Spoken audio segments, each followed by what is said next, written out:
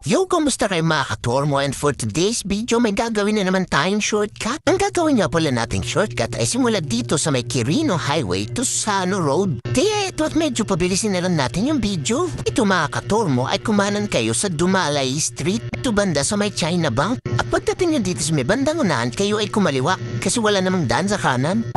Oo nga pala, ginawa ko lang tong video na to para lang doon sa mga hindi pa nakakaalam. At kung alam mo na to, abay share mo naman para yung iba din ay matagalan.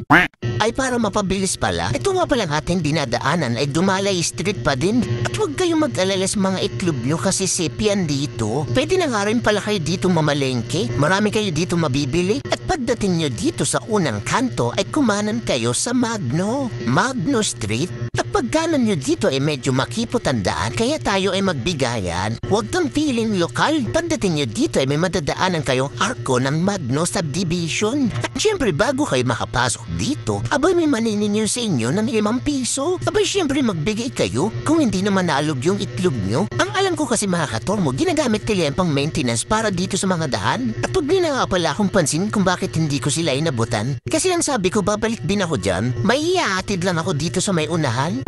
At ito nga pala yung street na ating dinadaanan ay Agoncillo Street. Huwag nga pala kayong hahato dito kung ayaw nyong malamog ang mga itlog nyo. Sa dami ba naman ng hak, bay ewan ko na lang. At pagdating nyo dito ay kumaliwa na kayo sa Pio del Pilar Street.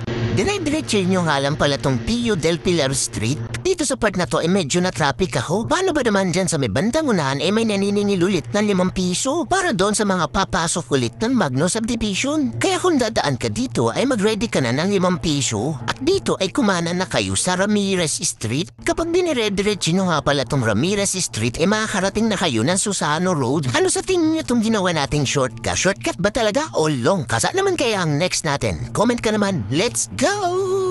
Ingat nga pala kayo dyan kasi malalim yan, mababago ang itlog niyo dyan.